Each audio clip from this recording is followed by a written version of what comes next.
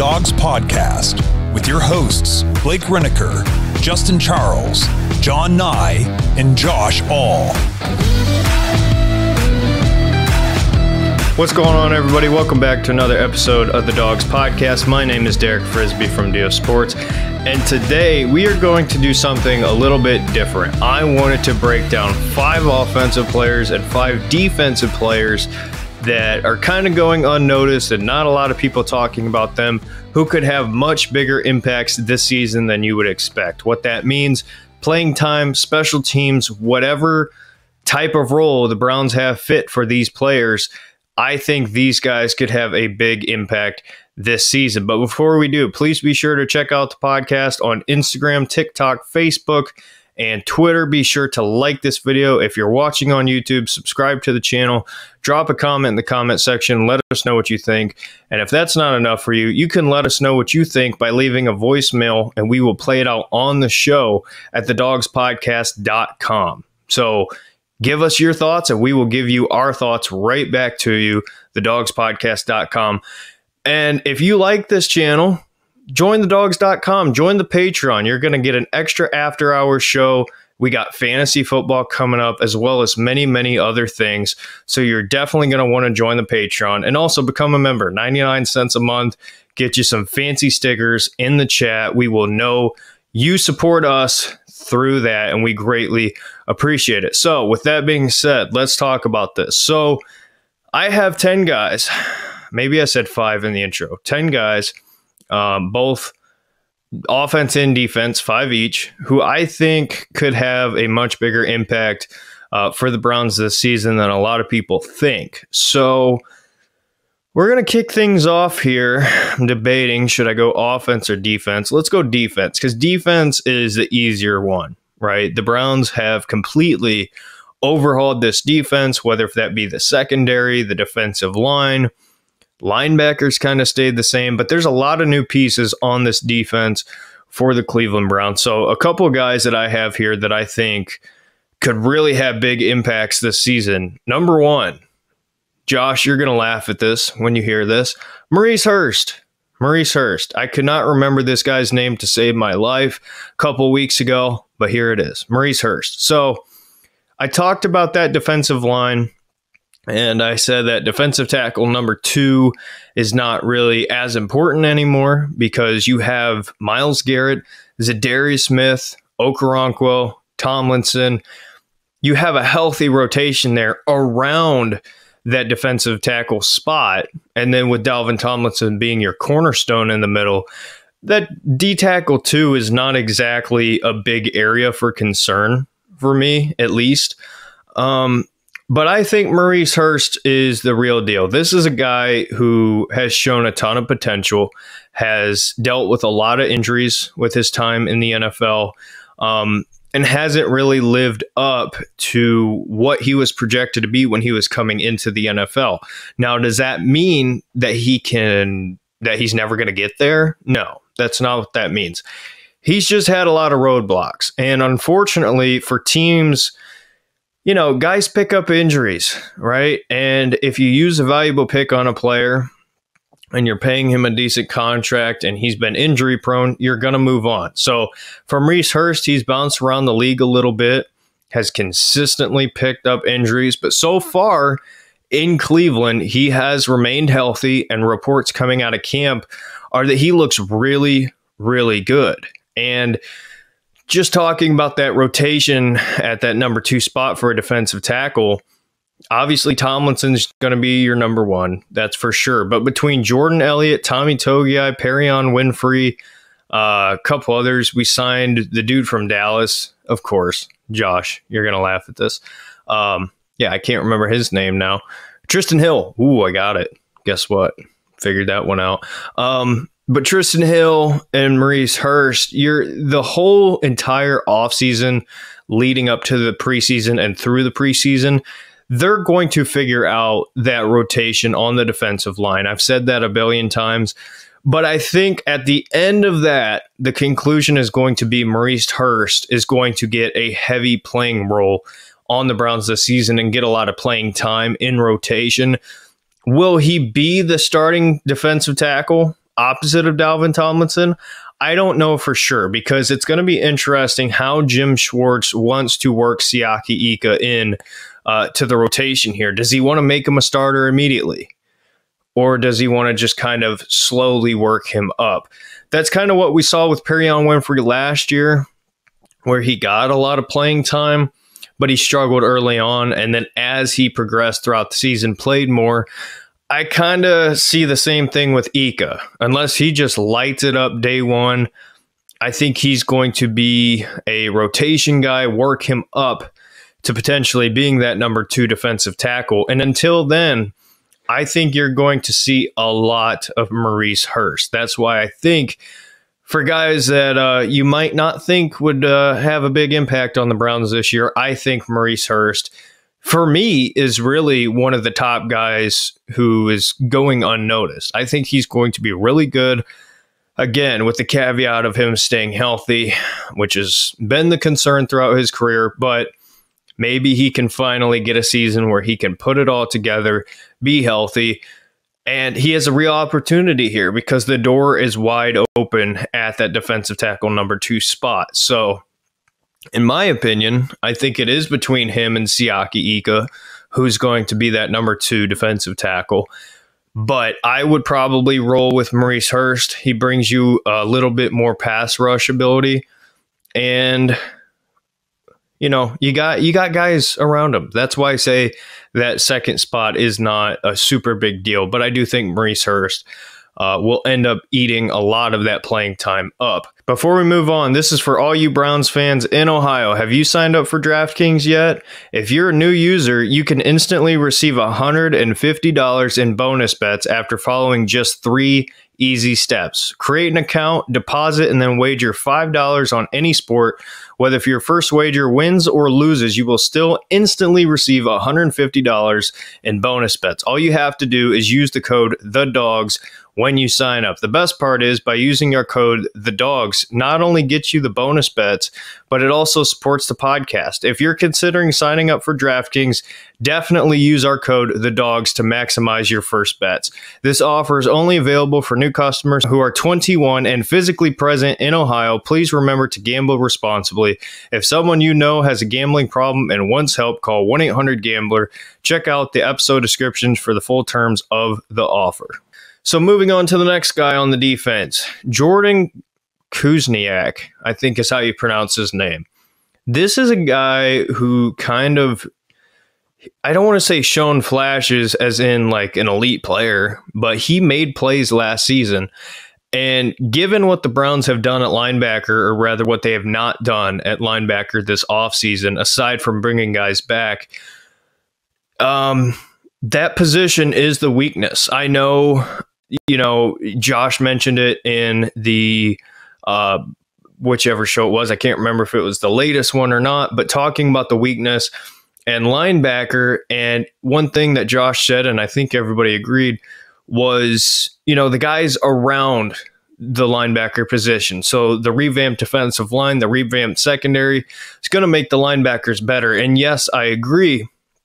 But if there is a position that you can point to that has kind of gone untouched and was not great last year, it's linebacker. But with the usage of Jim Schwartz knowing who fits where and figuring that all out, I do think the linebacker position will be better. I have mentioned this, that I think guys like Jacob Phillips is going to play a big time role and at least be better than he was last year, because that's a guy with talent that I think was used out of position. Kuzniak is a guy who, similar to Maurice Hurst, could end up playing a big amount of snaps just because there's not a whole lot of guys in that room. And this ties in to another guy who I'll just get right off the bat here. Tony Fields. Tony Fields is somebody who, when he was drafted to the Browns in the same draft that we got Jeremiah Owusu-Koramoah, people said that he's JOK light. Well, he has not played a lot. He was injured his first year. And he's played on special teams. You know, he's gotten in rotation a little bit. But I think if there's any year for the depth at linebacker to kind of come out, I think this is the year. Tony Fields has an opportunity now to really prove himself and possibly step up and get playing time in front of some of these guys in that linebacker room who their jobs aren't maybe safe. I just said Jacob Phillips. I think he's going to play better than what a lot of people think. But if he does not, Tony Fields, step up. Kuzniak, step up. Either one of those guys could play a bigger role than you expect. And I think both of them are going to be heavily used on special teams as well. That's why I have both of them listed at the same position.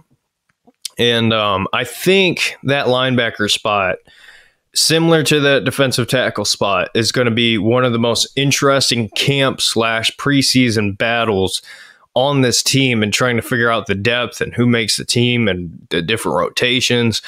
That's going to be very interesting how that all shakes out. So the next guy, similar to the special teams conversation, Mike Ford, who is a cornerback we signed from the Atlanta Falcons. Now, when we signed Mike Ford, I was told, hey, the Browns don't just see him as a special teams guy.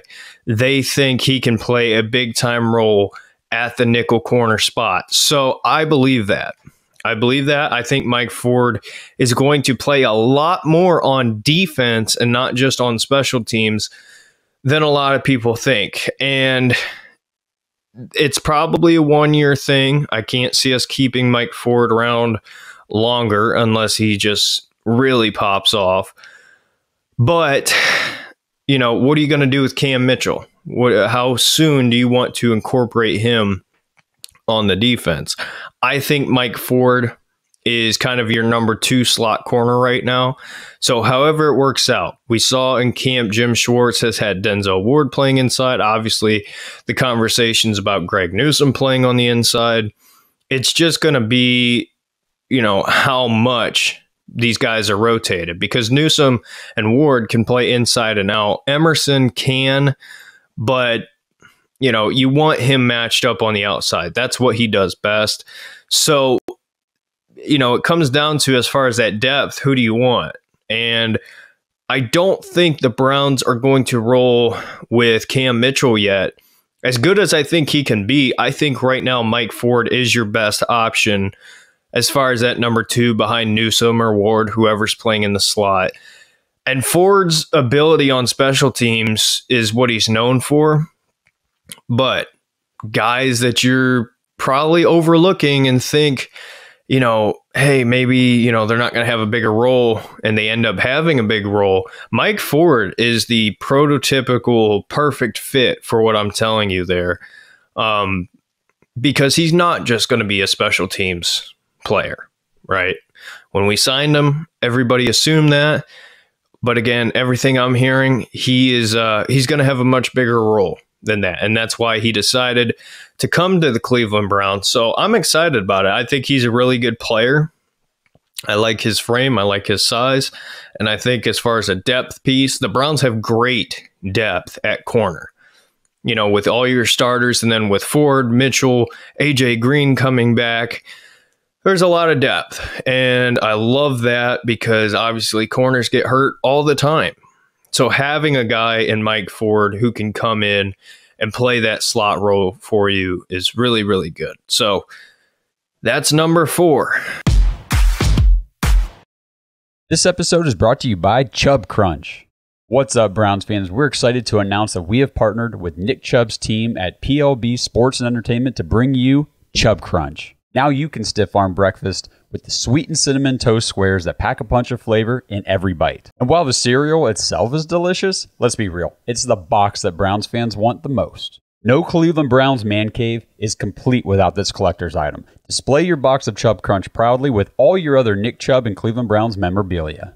But the best part about Chubb Crunch is that a portion of every sale supports First Candle, the nonprofit committed to ending sudden infant death syndrome, or SIDS. First Candle also provides bereavement support to families who have experienced loss to SIDS. Nick Chubb's sister lost her own child to SIDS in 2018, and now she's actually part of the organization working to prevent this tragedy from impacting others. So Browns fans, let's work together here to support Nick Chubb, his sister, and all those families impacted by SIDS. Plus, you get to display the awesome limited time edition Chubb Crunch collector's box in your man cave. So hurry now while supplies last, because once Chub Crunch is gone, it's gone. Plus, use our promo code DAWGS, DAWGS, when you order and get 10% off. That's right. Nick's sister gets support, you get a discount, and your man cave gets an awesome collector's item. Head to plbse.com right now and use code DAWGS, DAWGS, to get 10% off your order of Chub Crunch. That's plbse.com, promo code DAWGS. So number 5, as far as the defense, before we shift here to offense, this is kind of a 3-parter, right? Because I couldn't just write down one guy, but out of these 3, Rodney McLeod is probably the most as far as who's going to get playing time and kind of surprise you with the impact that they have. I think McLeod, when you look at the safety room, Juan Thornhill, Grant Delpit, obviously your 2 starters. Delpit struggled at times, and I do think he is now going to be used in the right way, putting him in the best position for him to succeed. But Delpit is still a young player. Delpit has struggled as far as communication and some other things. And having a guy like Rodney McLeod, who is a multiple-time veteran, played in Jim Schwartz defense, it's such an easy thing for me as far as guys who are going to play more than you think. I think he's going to get on the field quite a bit. Whether if that means Delpit struggling or not, I don't think it matters. I talked about JOK and Grant Delpit as the 2 guys that you can use as rovers. So I could see a scenario where you have Juan Thornhill as your free safety, Rodney McLeod as your strong safety, or whatever combination you want to work out there, and then just throw Delpit out there and let him do what he does best, what he did at LSU, and just kind of make plays all over the field. I could see that happening, and I think that's what Jim Schwartz might do there. So I think Rodney McLeod is going to get a lot of playing time. Now, the interesting one behind Rodney McLeod, Ronnie Hickman and DeAnthony Bell. I think whichever of these 2 makes the team, they are going to play a lot on special teams and a little bit more than you think on defense. DeAnthony Bell came in last year and played pretty well for being a UDFA signing, played very well. And I think, going into year 2, given the depth that we have, you now have the ability to move guys around. If Thornhill were to go down, I think you could put, either Delpit or McLeod, either or, and just kind of figure out what goes where, who goes where. And you could throw DeAnthony Bell or Ronnie Hickman out there and not really have to worry a whole lot about, having a weakness. Obviously, with Ronnie Hickman, it's hard to tell because we haven't seen it yet. But I talked about Hickman in the Ohio State Browns video, that Hickman played all over the field. He's a hybrid linebacker safety, and I think we're going to use him in that way. That's why he was signed to the Cleveland Browns. And I think there is a world where both Ronnie Hickman and DeAnthony Bell could make the roster. I don't think Tanner McAllister will. But I do think both of these guys will play a little bit more than you might think. So between those 3, Rodney McLeod will play the most unless he gets hurt. But don't be surprised if you see a little bit of Ronnie Hickman or DeAnthony Bell, or maybe both, this season for the Cleveland Browns. So those are 5/9 guys, or 7, 8, whatever, on the defense that will end up probably playing a little bit more than you think and could have a bigger impact for the Browns than you think. So let's shift gears here and move on to the offensive side of the football. This one will be quick because this is not as much of a competition, if you will. I think the offense is pretty much shaken out, where if you look at the defense, I think there's spots at safety, there's spots at linebacker, and there's spots obviously at that defensive tackle number 2 spot on as far as guys who could play more. On offense, it's pretty much shaped up how it's going to be. But for me, the number one guy, and by the way, these aren't ranked for who is going to play the most or anything like that. This is just guessing because we're at the point in the offseason where there's absolutely nothing to talk about. So I just got guys down on the list here. But Marquise Goodwin. I've been talking about Goodwin since we signed him. He's going to play more than people think. And seeing the clips coming out of camp and his connection with Deshaun Watson and his ability to stretch the field, even at his age, he still has it. It's clear to see. And I'm not trying to overreact to camp tape, but the Browns desperately need to have guys with speed, and we now have two of them for sure that we could count on. One being Elijah Moore, who's obviously going to be a starter, but don't sleep on Marquise Goodwin to get valuable playing time and a lot of minutes on this offense. Think of him as a Jarvis Landry type veteran receiver who you can rely on, but instead of, with Landry, he was kind of your contested catch receiver, right? He's going to catch the ball, maybe not take it to the house, but he's got decent hands.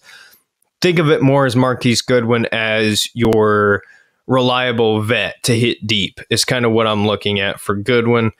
And I think at this point in his career, he still brings you more than Landry did in his last year here in Cleveland.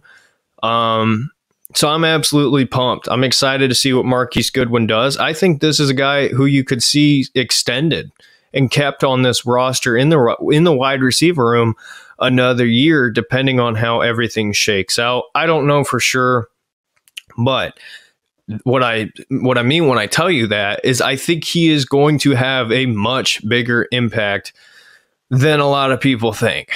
So there's that with Marquise Goodwin. I've talked about him enough, but there's a little bit more for you. Next up, this one's interesting. James Hudson. So Jedrick Wills is always hurt, right? DeJuan Jones is going to be nowhere near ready to step in and start. Hudson drastically improved from year 1 to year 2, and now going into year 3, after getting a little bit of playing time, somebody's bound to get hurt on that offensive line. And James Hudson can slide in and play guard. James Hudson can be a swing tackle for you. So I could keep this one quick. I think he is going to see some playing time this season, whether if it be injury or whatnot. And also, the packages that Kevin Stefanski runs, I know we're going to be more of a passing team now, but you can't tell me you get down to the goal line, Kevin doesn't want to do that again, where you put James Hudson and just have him pull across the line and wreck some poor defender. I think he's gonna play some this year, and I'll be honest with you. There's no reason for me to lie here. Couldn't really think anybody else, so that's why I had James Hudson on this list as far as guys who you're not really probably thinking of that could play more. So the next one, I'll keep this really fast because it's very simple. Jordan Akins, kind of the same thing with Goodwin. Veteran guy at a different position. Harrison Bryant has struggled, and he might not make the team. If he does, I think he's the third tight end at this point. Akins has had a really good relationship and connection with Deshaun Watson so far throughout both of their careers. When they were in Houston playing for the Texans together, connected a lot.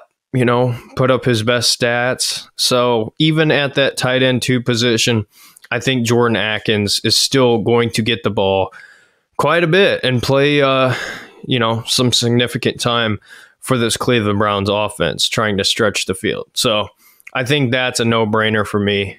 The next one, these next two, we're going to end off on a hot note here.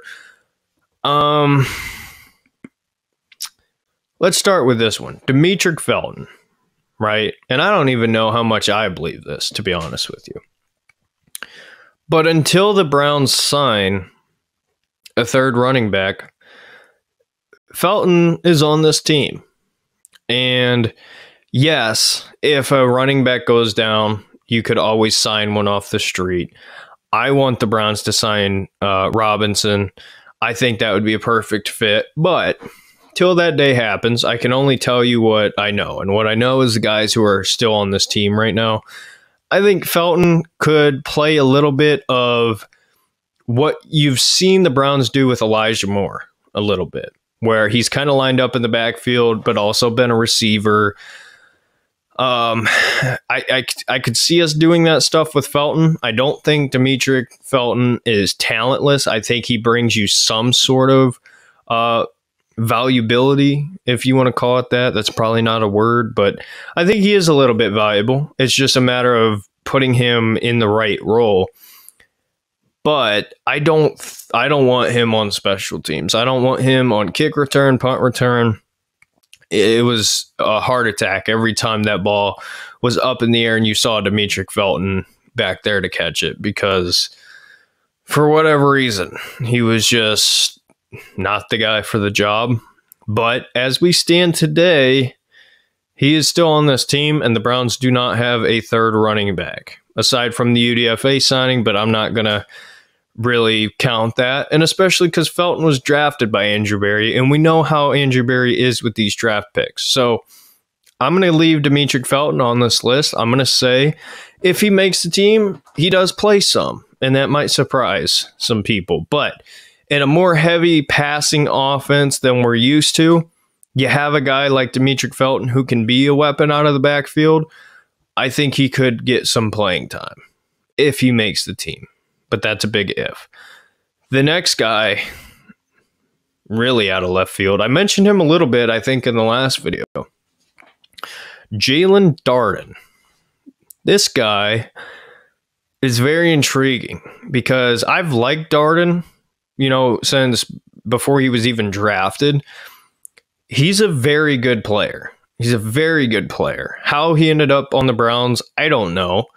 But he's fast, he's shifty, and again, in an offense where you're going to pass more, I think he could make the team. I really do think he could make the team over a guy like a Jakeem Grant now because of the rule change in the NFL for kick returns. I think you're going to see a guy who has shown promise. And again, I've mentioned this before, the clips coming out of camp, Darden is one of these guys who is in the highlights, right? Who was in the highlights. And as OTAs come and everything like that, or maybe, I don't know, whatever the order, whatever camp is next, right? Darden is a guy to pay attention to because so far, so good. So far, he's been really good.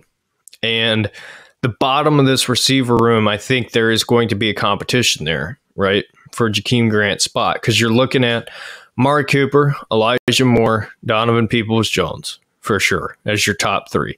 Cedric Tillman, David Bell, and then what are you looking at? Who kind of shapes up the back half of the wide receiver room? I think that Jaelon Darden is a guy to pay attention to. And again, if he's already got a little bit of connection with Deshaun Watson, who knows? Wouldn't hurt. So I know this is a little bit different of a video, kind of rolled through and was really quick with some of these guys. I know I didn't pull stats up, didn't get too much into depth. But again, these are players that I think could end up playing a little bit more than you think. It could possibly have a bigger impact for the Browns this season than you think. Let me know your thoughts in the comment section below. Join the Patreon at jointhedogs.com. Again, my name is Derek Frisbee from Dio Sports, and we will see you in the next one. Go Brown. Thanks for listening to another episode of The Dogs Podcast. Make sure you subscribe on YouTube and follow us on Twitter at The Dogs Podcast. Get your thoughts on the show at thedogspodcast.com.